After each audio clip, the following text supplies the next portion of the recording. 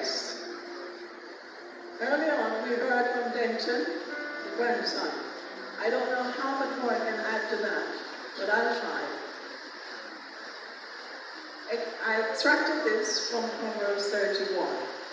Who can find the virtuous woman? For her price is valueless. The heart of the husband hath safely trust in her, so that he shall have no need of spoil. She will do him good and not evil all the days of her life, and so she did.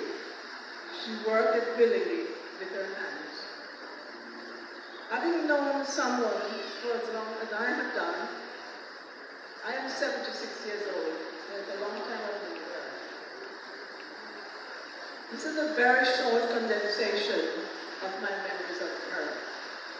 A petite, beautiful lady, of whom I still have memories of her wedding day, resplendent in her bone white china gown, in the lawns of fall, where she will lay for us today. Monica was one of her flower girls.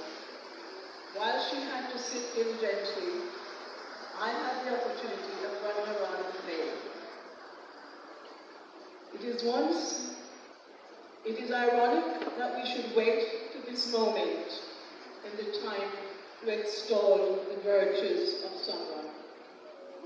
Not that we didn't know it, but we took so much for granted in life, and that includes those close to us.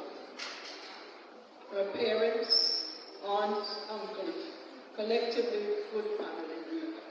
Yes, we take them all for granted. We grew up in a culture that we find it difficult to say, I love you, or I appreciate much, or I appreciate the things you've done for me. Today, I would like to extol the virtues of an incredible human being, a lady whose strength, dignity, and moral values is difficult to compare. The sole stature for woman, from where did she get her strength? I recall as a child growing up, seeing her with her wicker basket on her head, complete with her machete, going to her field.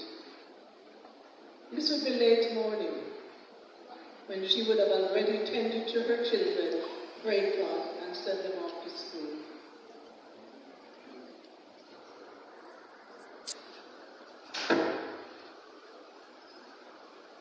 Talking of children, she had born and raised 7 children, and sadly lost 3 daughters. Yet she has a tendency to bear the grief with dignity. I cannot recall having seen her cry, swear, or behave in any way other than ladylike. Through life, she has her challenges, and she did have her challenges. Her life, as aforementioned, wasn't all smooth sailing.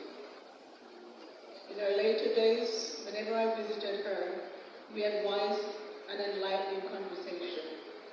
I learned things from her about the initial structure of the Crown estate. She told me that the property was once a huge estate, but was then broken down and sold in small lots, including content. Those of you who knew her well and her religious belief and politics would know she inherited these from her dad, Old Ken. Don't know how many of you here knew Old Ken. But yes, she inherited a lot from her. And we would have said she was his daughter. A name she still remembers in her late days, when even her children's name began to fail her memories. She made me laugh one of my visits. Trying to jog her memories, I asked her, who was Old Ken? She quickly responded, "No, me daddy." I mentioned another few names of the names.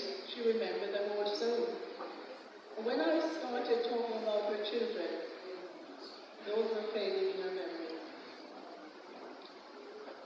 Then when I said to her, can you recall who ministered this? I don't know. I thought, for return, now you know. I saw her last on Wednesday before she passed. Called her and she replied. But this time there was no conversation. She was on her way home. In closing, I think it's befitting to mention the lady who was her carer. I've never turned up there and not find her well-kept, spotless house and well looked after. And I contribute that. Congratulations.